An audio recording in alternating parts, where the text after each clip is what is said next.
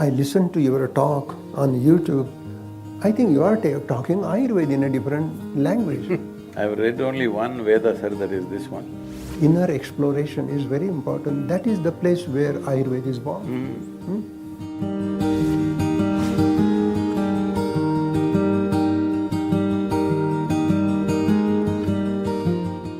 Namaskaram, all of you. Namaskaram. Everybody looks like a bank robber, I don't know who or… So the Ayur Prana is doing great work in the field of Ayurveda. They create Ayurvedic herbal product. We bring raw material from India, organically grown, no chemical pesticides, no chemical fertilizer. Then we test it here, see that there are no toxic heavy metals, arsenic, mercury, lead. And such a good work. They create churna, which is powder form, siddha tailam, medicated oil, siddha ghrutam, medicated ghee, gutika, vatika, tablet. And boy, this Banyan Botanical and Ayur Prana, they are doing very good work in the field of Ayurveda. And so that Ayurveda is becoming quite popular in the Western world, both in America, England, Germany. An amazing thing, there is so much hunger for Ayurvedic clinical approach. So I teach them Nadi Pariksha. And in Nadi Pariksha, the basic Manduka Gati, Sarpa Gati, Lavaka Gati, Tittira Gati, Hamsa Gati, different Gatis are there. And with the grace of God, I am a good artist. I draw the picture of the pulse, how it looks. And we are doing webinars. And each Friday, some new subject, new topic, that how to determine Prakriti through the pulse, how to do the assessment of Vikruti, the present altered status of the dosha. Then through the pulse we can understand the Manas Prakriti, Manas Vikruti, sub-doshas, Pranavyan, Udan, Saman, all these sub-doshas. And boy, there is so much demand, people love that. And to teach this subject in Zooming or on Zooming is quite an art. We have 2-3 cameras where I go near the camera and I just say, this is Vata Pigam, Adya, Madhya, Antya Nadi. Adya Nadi, Vata, Madhya Nadi, Pitta, Antya Nadi, Kapha. And then slowly the spike under each finger, Vata, Pitta, Kapha, Vata, Pitta, Kapha. And when we go deep, Niguda Nadi, Prakriti Pradarshani, Uttana tu Vikruta. So muncha, dhrutva, dhrutva, hold it, leave it, hold it, and then you will come to that state, that spike. And you have to just pay attention to the kapha spike, pitta spike, vata spike. Under these 3 fingers, how many vata spike, how many pitta spike you get, and based upon that you can determine your prakriti. The deep level, the 7th level is prakriti, and prakriti is your unique genetic code. It is your blueprint. It is still there, pulsating, throbbing under your radial artery. And amazing, people love it. So this work, Ayur Prana, is doing quite a fantastic work in the field of Ayurveda. And a couple of years ago, I was in Coimbatore also. That Dr. Krishna Kumarji and Ram Kumar, they invited me to teach Ayurvedic art of… This is a lost art. No school teaches this ancient Vedic art of pulse assessment. And Krishna Kumarji, he loved it. He's such a holy person.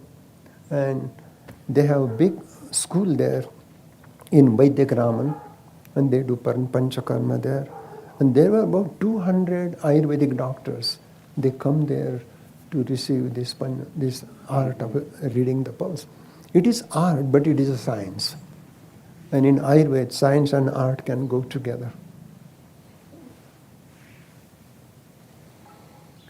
It is just that everything is put through the same microscope today. Correct. So, if you say, I love somebody, they will check your blood and prove to you that you don't. Correct. So, all the subtler aspects of life, well, see, the grosser aspects of life manifest strongly. Studying them is one way. The subtler aspects of life, their manifestation is subtle. Yeah, absolutely. So for everything, if you say, show me where it is, you cannot… I cannot even show you the air that you breathe. Correct. Nobody can prove that you're alive actually. There is no proof that there is life here. The heart is beating, but time will come when they will make the dead body's heart beat. It's not far away, I'm saying, they can pump the blood, they can make it work. So, there is no proof that we are alive either. So in a way, this… for everything gross physical proof will lead to a point where it's already happening, where life is not valuable, only the structures that we build is valuable. The fundamental life itself is not valuable.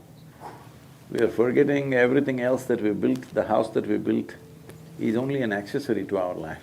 The clothes that we wear is only an accessory to our life. Correct. But these things have become bigger than life itself. Absolutely. That's the… So in a culture and atmosphere like that right now, it needs to get to its peak and go down. Absolutely. Till then, it's hard to convince people about the subtler dimensions. Beginning to happen, but still it's not mainstream. That's beautiful. This is so with Ayurveda, this is so with almost every aspect. Every aspect, right. And also, there is a… like we've been running a small manufacturing unit on an experimental level and also producing something to keep it going. So our work has been last 25 years to bring batch integrity to Ayurvedic medicine. It's simply not possible because the leaf that's plucked in the morning and in the afternoon it's different, seasons are different. We found the batch variations, the efficacy variations are up to 80%. Yeah. And if you take any of the top manufacturers, even there it is so. But today people are asking for batch integrity, like a chemical process, where every batch can be the same in a pharmaceutical. In Ayurveda and Siddha, it depends on the season, it depends on the rainfall, it depends on the sunlight, it depends whether you did the grinding in the morning or evening. Yeah. You can't do it whichever way you like. So, we are doing something very small, very, very small, but super effective. But when we try to expand it, it loses its thing. So we kept it very, very small. Now there is work going on to build a 1200-bed integrated hospital, which has both allopathy and this, because otherwise I find… see, today a whole lot of things are because of proximity of living populations in cities. Most people, as they're suffering chronic ailments, along with that they have parallel infectious issues. If they are not dealt with, Ayurveda can deal with chronic aspects, something that happens within the body. But where an external invasion has happened, you need some chemical warfare. Correct, of course. So trying to bring this thing, we are calling this as integrated health solutions, where Siddha, Ayurveda, allopathy, Unani and naturopathy and yoga all mixed together according to each person, mixing it in the right context. It works well, but at the same time, today we expect everything to become like a concrete science. This is it, this is it. It doesn't work like that. You have to observe, you have to… You cannot get… right now we are working towards that we can get treated on the Zoom or we can get treated by a phone. Correct. All diagnosis will be done by your phone after some time, that's where we're going. That will not be possible because this needs a certain level of observation. Each person responds to these things differently. Above all, it takes involvement. Whether health or well-being or spirituality needs involvement. Right now, we are trying to do everything without involvement. Correct. Simply, just like that. Everything systemic, no involvement. Well, all the subtler, more tender aspects of life, beautiful aspects of life will disappear if there is no involvement. Yeah. Everything is systemic. Absolutely, yeah. That's why this is moving towards integrative approach. And even in Arizona, there is a integrated medical schools, and they are doing research. So what you say is very true, because every science has limitation. Allopathy is very good for acute emergency, but once that emergency is over, then Ayurveda can help to take care of chronic ailment like rheumatoid arthritis or gout or even ascites. In all these disorders, Ayurveda has a good approach. And slowly, Ayurveda and allopathy can come together. Ayurveda will come to the mainstream, but it will take time. Yeah, more of holistic approach is definitely needed. Individual doctors, a few of them are doing it. On the larger level, I don't know where it'll come together because Right. they're moving in divergent ways. That's also possible. Because the basic thought process of entirely depending upon technology and everything is kind of an absolute. Well, health is not an absolute thing. Right. You may be healthy now, in the next 5 minutes you may not be. Yeah, it is relative. It just varies. It's the nature of how life happens. So, these absolute things about you tested my blood in the morning and everything is fine with me, but I may be dead by the evening. Oh, yeah. So many people do, I'm saying. Yes, yeah. So, this absolutism needs to go and we need to look at life with a more holistic and a more gentler approach, which needs lot of Correct. cultivation and new kind of civilization. When I say new kind of civilization, right now our idea of civilization is that we dominate everybody and we are civilized. No, idea of civilization is there is no need to dominate anyone, that is civilization. That is correct. But unfortunately, we think the other way around. When Mahatma Gandhi was asked by someone, what do you think about the Western civilization? He said, it's a good idea. This is not me, it's him. Because we are misunderstanding domination as civilization. The fundamental of civilization is, there is no need to dominate anyone. It doesn't matter, somebody is weak, somebody is strong, somebody is young, somebody is old, somebody is male, somebody is female. You don't have to dominate anything, even other life around you. Absolutely. That's civilization. But right now our idea of civilization is putting a stamp, our stamp on everybody's face. Tell us whatever you can speak about Ayurveda. I'm an ignorant person on this things. So… No, Ayurveda is individual's medicine. Ayurveda treat every individual separately. In modern medicine, they do statistical observation, what is common in 100 people. Based upon that normality, they try to judge the individual. But Ayurveda has a unique approach in the sense, pinde pinde matiri bhinnaha or pinde pinde prakrutiri bhinnaha.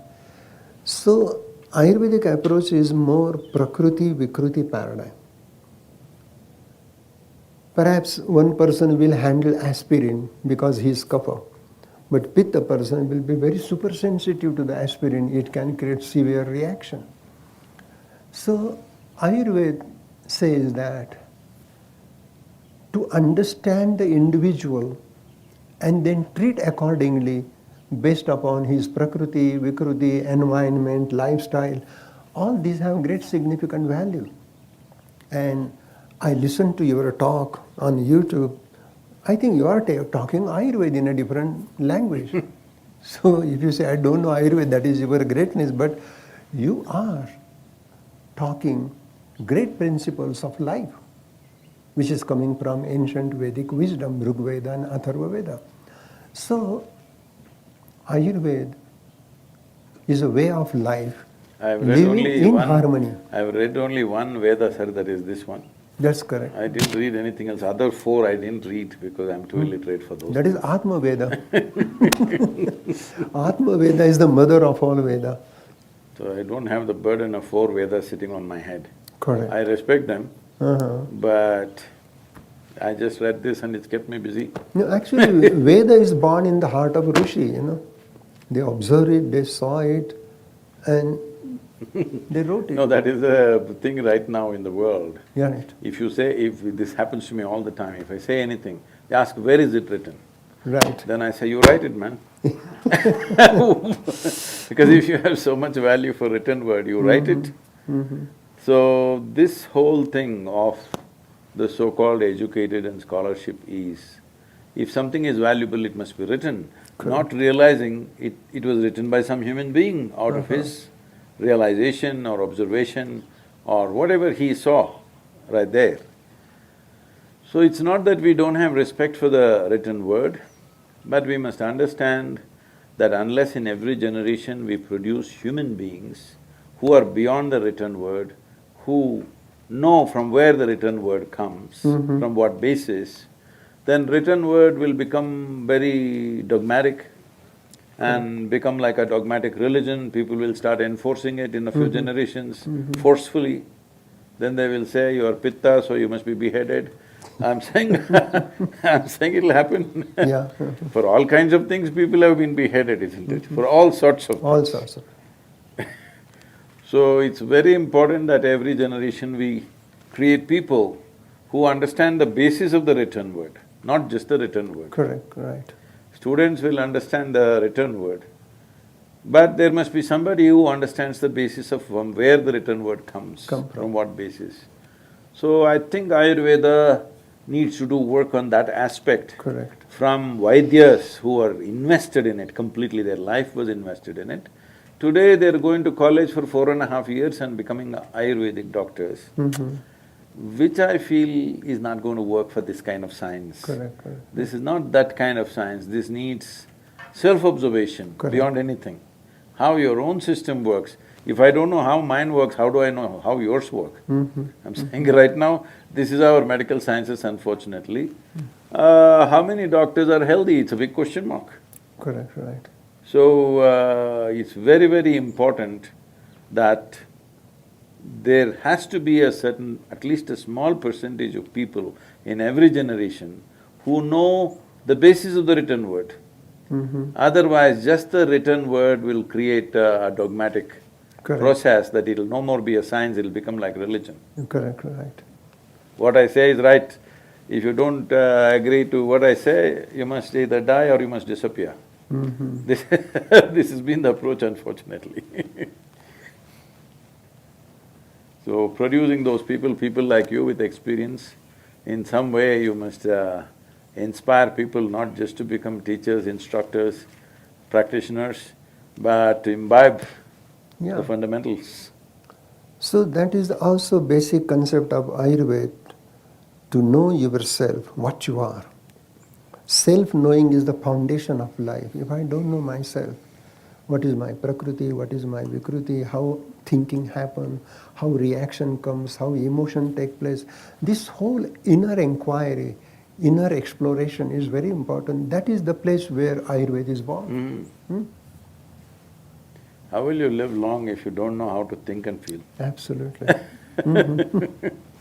People are thinking themselves to death. They're not working themselves to death. Most of them are thinking themselves to death. Correct.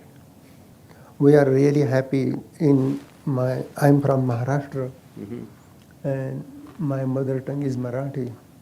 And in Marathi there is a saying, Sant eti ghara, tochi Diwali ani Dasra. Means when saintly person like you come home, that is really Diwali. And this is the Dasera, you Diwali, said. they have You said celebrated Dasera, right now Diwali. it's Dasera only. Yeah, Dashara. Dashara. Because this Diwali and Dashara, the 10 doors of perception, Pancha Jnanendriya, Pancha Karmendriya, and all these sensory perception, motor action, if we bring harmony in that, it is really that Dashara. And Diwali is the festival of light. And you are the light, and light is within you. So, in that way, such a highly enlightened Guruji, Sadhguruji is here. So it is truly Diwali and Dasara, because Dasara brings Diwali. So thank you, dear. You have done wonderful thing. I'm from Mysore. I just forgot to bring my elephants. Dasara is a big event in Mysore city. Right. You know, it's every year just going and gathering there for the procession, and then so many things happening. I must tell you, right from my childhood I've been to many Dasara processions. Always my parents took us when we were very young, later on we went. Then when I was probably 16, 17, I thought, what is there in that procession, and we get a holiday, we go somewhere else and all that. One Vijayadashmi day, I got involved with a small orphanage where there were about 42 children were there. These kids, if I just go there to play with them something, they would just come and… You know, the way they hug you with the desperation is unbelievable. Then I said, I asked them, Dasara is there, have you seen the procession? None of them had seen. Some of them were 12 years old, many of them were like 4, 5 like this. So I decided to take all of them. I hired a cargo truck, you know, a small truck like a Matador, it used to be called, a little one. So I borrowed this from my friend and put these children in the back in the cargo deck with an adult, and drove it there and found a nice place for them to see. Oh my God, the way they were excited seeing the Maharaja and the elephant and the horses and the procession and the tableaus, oh my God! I can never forget that. I just sat there and cried that day. Because these kids, what it meant to them seeing that procession, and that's what it is. And the moment we grow up and the moment we see a few films and some other entertainment, we just forget, you know. We were also excited when we were kids. But later on you think, what is there to see? I've seen it so many times. But after seeing those children, I thought, if I'm in Mysore, I must go for the procession, it doesn't matter what. That's great. Though there is a lot of jostling, pushing, pulling, everything happening. Even this Navaratri, the 9 days and nights of Durga Ma, and every name has a significant value in Ayurveda. Pratamam Shailaputriti, Dutiyam Brahmacharani, Tritiyam Chandraghandeti, Kushman. These are the names of the Vanaspati, these are the names of the herbs. And these 9 herbs, on those particular days when we make a decoction, tea and take it, it will get benefit. So that it will bring clarity, it will bring health and happiness, and amazing, it will balance the 3 doshas, it will burn the ama, the toxic morbid metabolic waste in the body. So Ayurveda is totally percolated in every so-called ritualistic event. No, it kind of merged with the culture. This is the whole thing. Medicine was not about one doctor knowing about it. It's about everybody knowing what to do about themselves. As a part of this, we created herbal gardens in over 123 villages, herbal gardens. Somebody donated a piece of land and we grow about 108 varieties of herbs, and in that village we teach them how to use it. Anybody can go and pluck for their use. They can't take it in a bag and go, but they can pluck for their use. Simple things, children have a stomachache, they go to the doctor and stand in a queue. Somebody has a headache, they go there. All these things when we were growing up was just handled at home. Now for everything there is a consultation, for everything First of all, going and standing in the clinic like you're already sick. Okay, your stomach is upset, you're not sick. It's just that, body wants to get rid of something. You're not sick. But in today's terms, if you have a little bit of loose stools, you're sick. If you have a little bit of headache, you're sick. So we started this whole thing and still it's going on, the village people are maintaining it. I would like to ask you one question.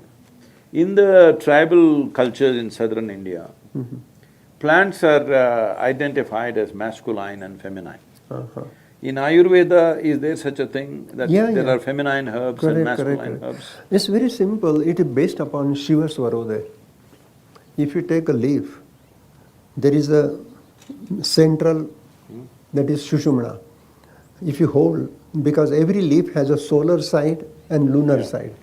The shiny side is solar, it takes solar energy, and the rough side is lunar. And if you look at the plant, the stem, and then there are horizontal lines. If you count those sira, that is called sira, if it is even number, so it is a female tree. If it is odd number, it is a male tree. So male-female can be detected through how many horizontal lines are there on the leaf. This is amazing, very fascinating. And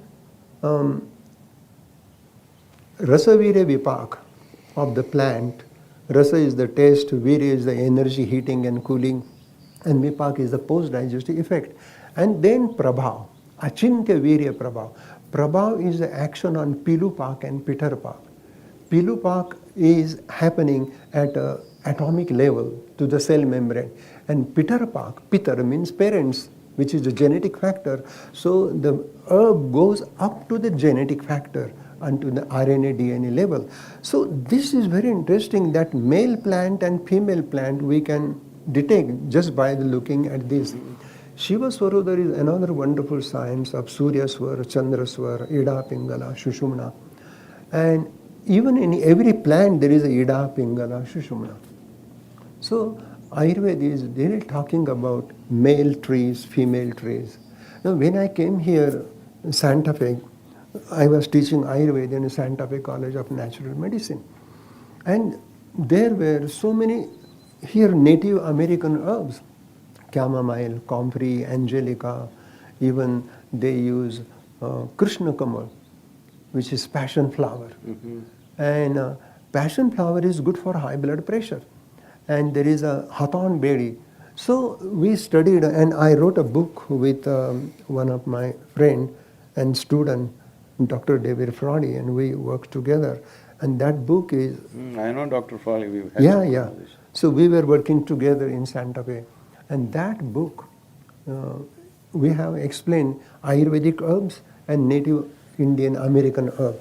And they have incredible healing power. But we study them through Ayurvedic basic principles of Rasa, Virya, Vipak and Prabhav. And that book is very popular now here. So, male and female energy, Shiva Shakti, Purush Prakriti, Yin Yang, Ida Pingala, it is there in the plant. So how evolved is this herbal treatments among the Navajo people, for example? How evolved is their treatments of herbal medicines? These Navajo people, they do the pestle and mortar and they collect the herb and they grind it and make a decoction, make a juice or make a tea, herbal tea. But they have very spiritual ceremony. And they make a fire ceremony and they bring the herb and they use the herb. So their approach is very spiritual. And along the same line, there is a great spirituality in Ayurveda also. Because they are calling their whatever, I don't know, religious or spiritual leaders as medicine men. Yeah, medicine man. I'm trying to understand how far is the medicine going? Yeah, medicine man, they are doing that work. And in a group healing they are doing also in a tent, they call TB, and they make a fire ceremony. And the medicine man comes, there is a pipe ceremony, they smoke some herbs and they get intoxicated. It is like peyote, something like that. And it is so spiritual, but then it becomes very square because they don't have the logic how it works. And Ayurveda has a logic, plus Ayurveda has Sattvam, Atma, Sharirancha, both. No, Ayurveda is from a tropical nation, Yeah, tropical land where there are hundreds of herbs. herbs are Here there. it's a very meager Limited, what's huh? available. Yeah, yeah. So that's why I know they have that spiritual side, hallucinogenic side, all that. But in terms of actual medicine, how many herbs are there? Is it reasonably substantial? And you are right, because in India we have 3,000, more than that. Here maybe a couple of hundred herbs. The herbs here are limited, but we have plenty of herbs. Even Triphala is such a great herb, it cannot grow here. Some herbs there. Triphala is becoming worldwide wonderful herb, and it is the best for balancing Vata. Haritaki controls Vata, Amalaki, Pitta, Bibidaki, Kapha. So this Triphala itself is a rasayan, and Triphala itself is an antioxidant enzyme. It removes free radical and it gives longevity of life. So it is a rasayanam. So there are that much rasayana herbs may not be here. No, they're definitely not there. No. Except in a tropical nation. In a tropical nation, right? It is not available. Even among tropical climates, probably nowhere else there are as many herbs as there are in India, because Correct. We have for plenty whatever of- reason, I mean, I have not found a logical or a scientific reason for this, but handful of soil in southern India has over 10,000 species Wow. of microbes and other things in a handful of soil. Amazing. Nowhere else on the planet it is like that. Why it is like that, what made it that way, I don't think anybody has made a study as to why it is so, but the fact is it is so. It is so, right. So, that much microorganism naturally produces that much variety of life. The people have forgotten that how we are is very related to the number of plant life, the variety of plant life there is, variety of animal life, the variety of insect, worm life and microbes that are around us, how rich it is. Right. That's how rich our life is, and that's how evolved and complex and sophisticated our life becomes. That's completely forgotten. Everybody is thinking if you eat so much protein, so much vitamin, so much this, everything is going to be okay.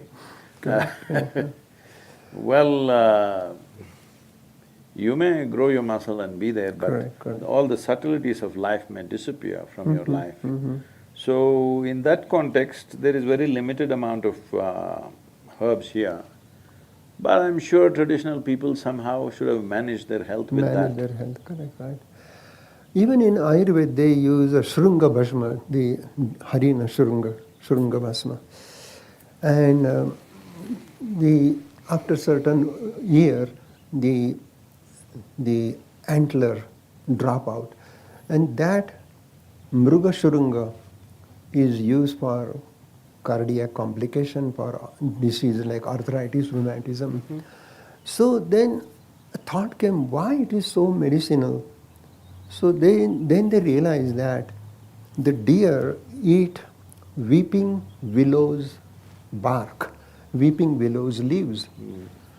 And that weeping willow is the natural source of aspirin. Then they found nowadays they are using aspirin to prevent heart attack. It is a blood thinner, it is an anti-inflammatory. But in Ayurveda, they are using Harina Shrunga or Mruga Shrunga Bhasma. And we can use Mruga Shrunga Lepa to the external joint, and that will act as an anti-inflammatory. It will relieve the swelling, pain, and inflammation much under control. Right now, everywhere videos are going around on the WhatsApp and everything in the social media, that every day if you touch a cow, hug a cow, do this, you will get mental and emotional balance. Absolutely. Yeah. And that is a special cow about Brahmin cow, which has a hump. And they say that Brahmin cow hump has a Sushumna Nadi that goes to her udder, and that absorbs solar energy. And that ghee prepared out of Indian cow doesn't increase cholesterol, that's the beauty of it. But the Western cow who has a flat back, it is like modified buffalo. Yeah. And this, they have big udder, and that milk from the western cow is rich in cholesterol, and person can get heart attack. So the I would like to Indian ask you one thing. Right now in Kerala, people are claiming, and we don't know how much of it is true, but I know some of it is true.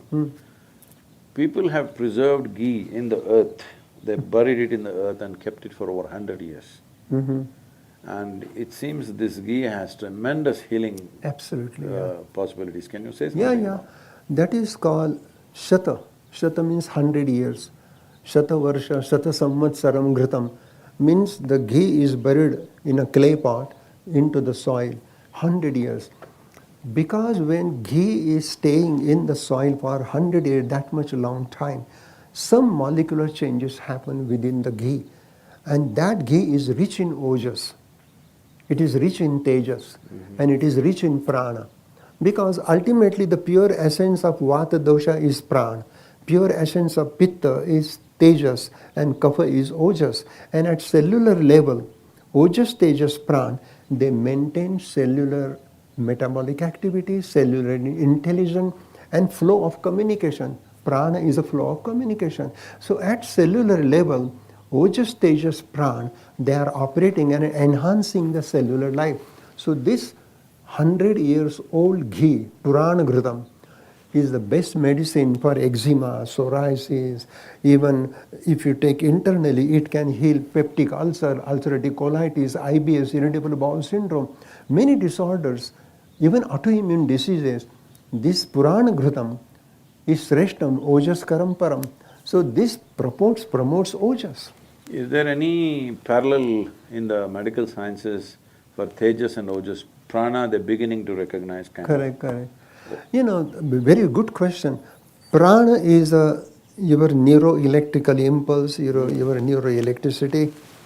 But Tejas is nothing but certain kind of amino acid. They work at the level of cell membrane, at the level of RNA, DNA.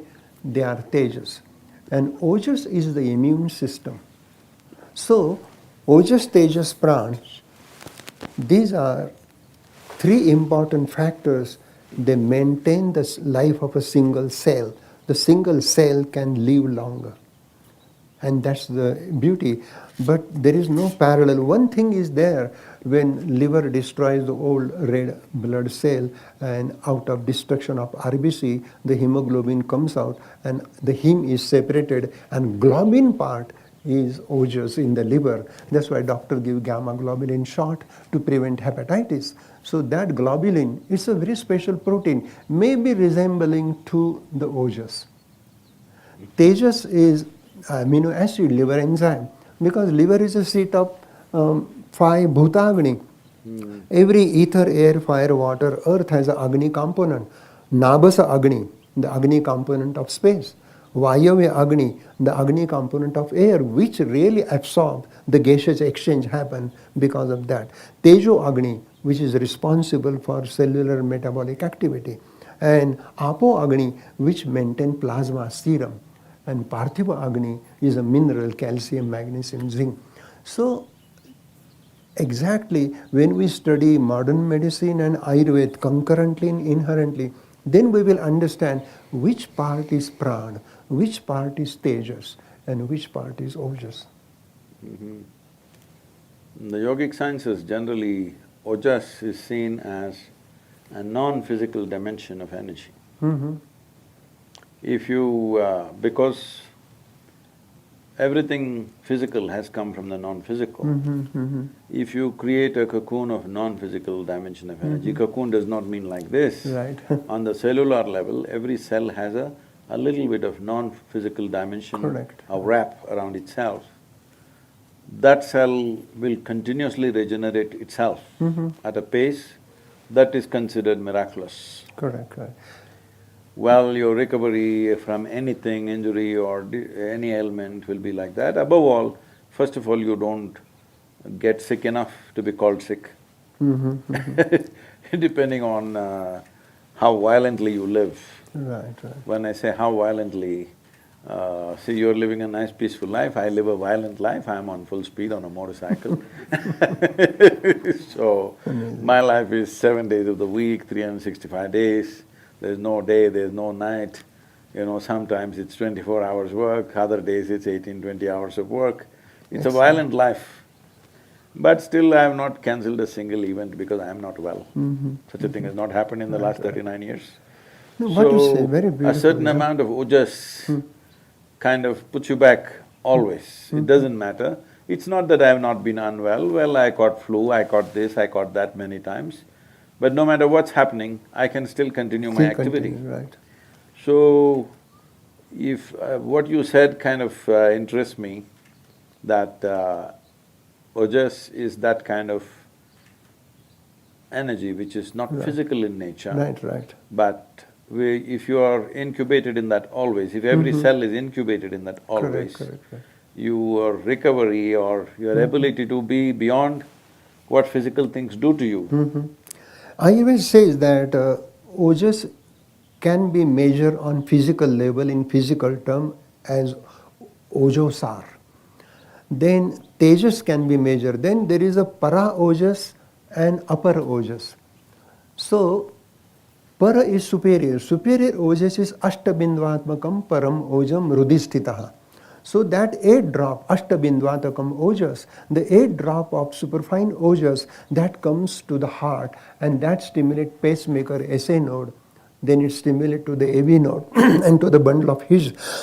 All cardiac activity are governed by that superior ojas. Then inferior ojas is Ardha Anjali, which is half pint, and that is circulating throughout the body to maintain immunological response. But there is a Shakti Rup ojas that become aura. So if you do meditation, you are in samadhi, then that your upper ojas become para ojas become aura. And that halo, that aura is nothing but ojas. But the color of the aura is tejas. And pulsation of aura, vibration of aura is prana. Even at the auric level, ojas, tejas, prana are operating in a subtle Shakti form. But in a physical form, ojas, there is a ojo prakriti. And Ayurveda says the person who is very handsome, dynamic, with attractive eyes and very charming personality, when he comes, there is a whole vibration. I look like a blind man. Yeah. So that is called, so you fall into that category. Your prakriti is ojo prakriti. So ojas is a physical thing. Ojas can be psychological thing, which is bliss, joy, happiness, and ojas can be spiritual thing, which is samadhi. So Ayurveda talks about these aspects, is it? To some extent. Charak does talk about. I've always been so engaged with life, I never had the patience to study anything. I'm just absolutely involved with life inside and life outside. Correct, right. So I never sat down and made a study of anything. So you must tell us, sir, you spent a lifetime of study.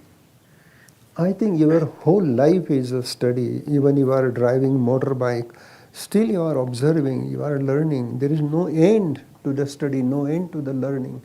Learning is at every moment. And that is your humbleness. You said, I have no time, but you are always in that process. So just now, yesterday night, some journalist was asking me, when you're writing, what are you thinking about? Are you doing this, doing that? I said, not just when I'm writing. At any time, I'm not thinking about anything. Because this whole… this is a European disease that has caught the whole world, it's a pandemic. That people think human thought is more significant than human attention. Human attention, if it is keen enough, intense enough and sustained, it can open any door in the universe. Absolutely. Human thought is just a recycling of what you already know. But somewhere our education systems, borrowed from European systems, has inculcated in everybody that your thought is more important than your attention. Attention to Creator's creation is more important than the nonsense that you make up in your head.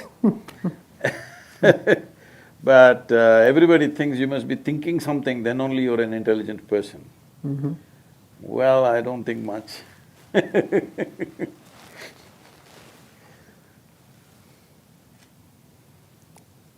Great. That's why my face didn't become long.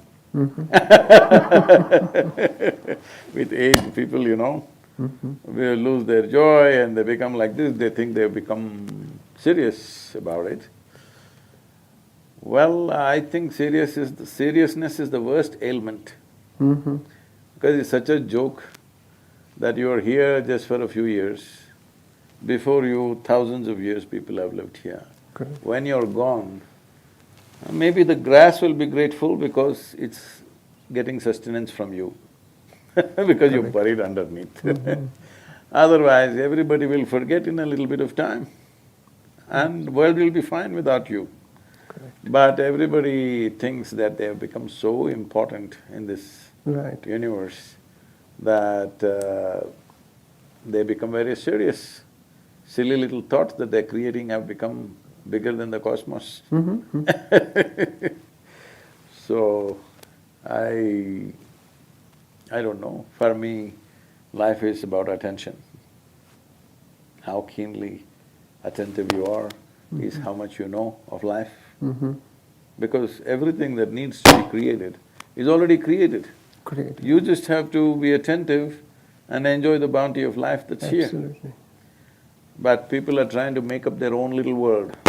Their idea of a world is one stupid building that they call as home and so much bank balance and 4 wheels parked in front of their house which is shinier than the neighbor's wheels. I mean, this is their idea of creation. When there is a magnificent creation all over. So this creation of my job, my family, my this keeps them busy and away from the Creator's creation, which is the worst thing that can happen to you. Absolutely. So Ayurveda, if it has to become the way of the world, not necessarily in the form that it's come from India, it can happen in so many different ways. The fundamentals are right, but how it finds expression in different societies could be different. If it has to happen, first and foremost thing that needs to happen is that there must be a significance for the creation above your own creation. Till then, I don't think people will take to Ayurveda. Everybody is looking for a quick fix of some kind. Correct. And people are doing integration of Ayurveda and acupuncture, Ayurveda and chiropractic, Ayurveda and naturopath, and Ayurveda and allopath. Because Ayurveda is all-inclusive and it doesn't mean that it belongs to India, it can belong to anywhere. That's why you're getting me into trouble. When I said I said, if… I spoke in the United Nations and I said, if yoga is Hindu, gravity must be Christian. So, even now the people who think they're more Hindu than me are hitting me every day. Because they think I gave up yoga. They don't understand if it has to become universal, its identity has to rise. When first I came, people saying, oh, this is a Hindu medicine. I said, no. It's okay, just we'll manage. Ayurveda is not only Hindu medicine, it is for every religion, it is beyond religion. See, how can science be a cultural or a religious identity? That's it a cannot limitation, be. So goes for Ayurveda, so goes for yoga. Unless we understand this, then we will keep it cloistered as we have done for thousands of years. Why Ayurveda has not become the universal system of medicine when it was one of the oldest forms of medicine, with such complexity, over 100,000 formulations. Even modern pharmacopoeia doesn't have 100,000 formulations. But it doesn't become because a constipated approach, we've not stepped out and offered. So yesterday some journalist was asking me, because every day they're on social media asking me all kinds of questions. I was standing next to an antique Coca-Cola vending machine, an old one which is not in use right now. I was in Sedona and I was telling this person That see, if you go to any Indian village 10 years ago, everybody had heard the word Coca-Cola. Yeah. But most people did not know what is yoga. Indian villages I'm talking about, not Native American, Indian villages. Our kind of India, I'm saying. Why is it? Simply because you're constipated in your approach. If we try to push it, you say, oh, you're marketing. If all our programs are free in the villages, but we charge in the cities, oh, your business. Ray, what's wrong with business, I'm saying? Business means somebody needs something and you decide to provide that to them. And if there is no transaction, you can't keep it going. How long will you keep it going? Correct, right. It is not about personal profit, it is about making sure the activity is sustainable, isn't it? If I did this first 2.5 years when I thought, after one big experience happened, I wanted to share this. First 2.5 years, I had done business for about 5.5 years by then. First 2.5 years, I spent all my savings and did programs and programs, free programs. Then I ran out of money, then I went through a struggle, what to do, should I collect money, not collect money, because always there's a tradition that, spiritual process, you should not collect money. Then I saw when the fools come to a program without money, they're behaving like they've gone to a cheap cinema. Halfway through they want to get up, go out, smoke and come back. The moment you charge them, they sit there. Then it has a value. Yeah, see, the unfortunate reality. They make a commitment, I will be here for these 10 days or whatever. But their word has no value. The moment they pay even 5,000 rupees, they will sit there. They paid So for whose it. problem is it? Yours or mine? Money is not my problem, it's your problem. So now we are trying to change that. It is the most valuable thing should be well marketed. Correct, right.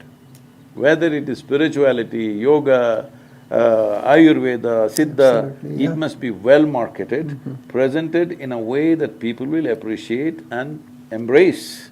Absolutely. Not in some archaic way that nobody wants to do it. Your idea of spirituality is, nobody should do it. All right? Some weird thing you want to say, that only some yogi who is in some cave in Himalayas only does yoga.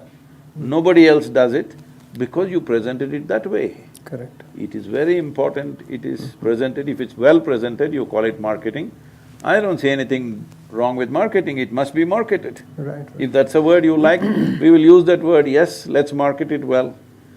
Let's sell it well. I never think in my mind of selling anything, but now everybody is saying, oh, this is market, this is business. No, I'm particularly consciously using the word sell. Yes, I will sell yoga. Correct. It's up to you.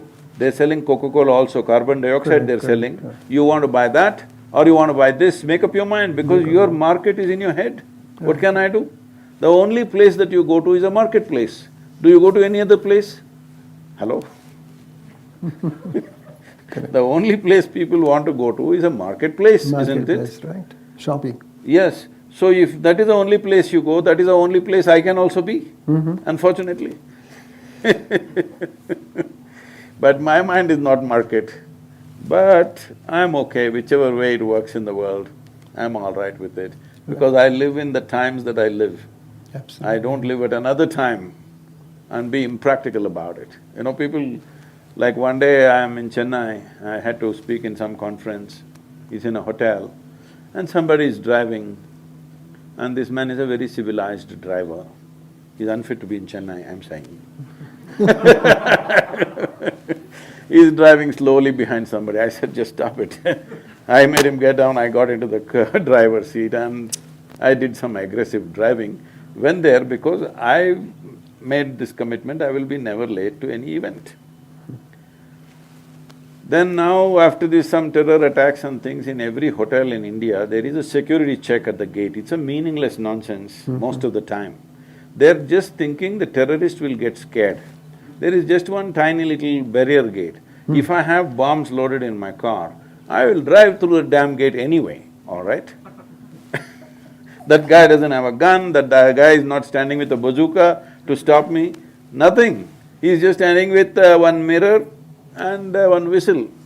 What That's is he all. going to stop a terrorist? Because it's a law, they've all put up two guys there. So one car went and the gate was up and I burst through that because I'm going to be late. They all started whistling. I went and parked there, got out of the car, ran into the hotel. I was there on time, I finished my conference and I came out after an hour. Some journalists were there when I ran in. The way I blasted into I entered the portico maybe at 50, 60 kilometers per hour. Then when I came out, this guy is asking, in ancient times, yogis used to walk. You drive your own car, what kind of a yogi are you? Then I said, you idiot, in ancient times, everybody was walking. Not just yogis. I'm saying you have these kind of things, if I must come walking, I must from Coimbatore to Chennai, if I come walking, I become a yogi. No, I become a walker. Yeah. I mean, these kind of restrictions we put on ourselves and not reaching valuable sciences to the world, and we're losing it. Losing it, yeah. It's Beautiful. time Ayurveda, yoga, all these very precious sciences must reach the maximum number of people. Correct. It's a very good thing that our Prime Minister pushed for it and now International Yoga Day has been declared. It is not going to achieve everything that we want, but at least it's in the consciousness of the world that yoga is legal. Absolutely. In this group, Ayur Prana, Mitesh Bhai, come on, yeah, and Sneha Ben, they have so much dedication, so much love, and they think like you. They think that we should bring Ayurveda to the front so that the whole world will listen to it. So this is quite a work. It's a big teamwork, and as you say, this is an inspiration coming from your heart, and they are already doing this work. Thank you. Give them big hand. It's amazing. It's good. Is New Mexico made marijuana legal? Not yet? I have no idea. Is it? No. No, not yet. So I'm saying marijuana, alcohol became legal, marijuana became legal, cocaine will become legal. Time we make yoga and Ayurveda legal.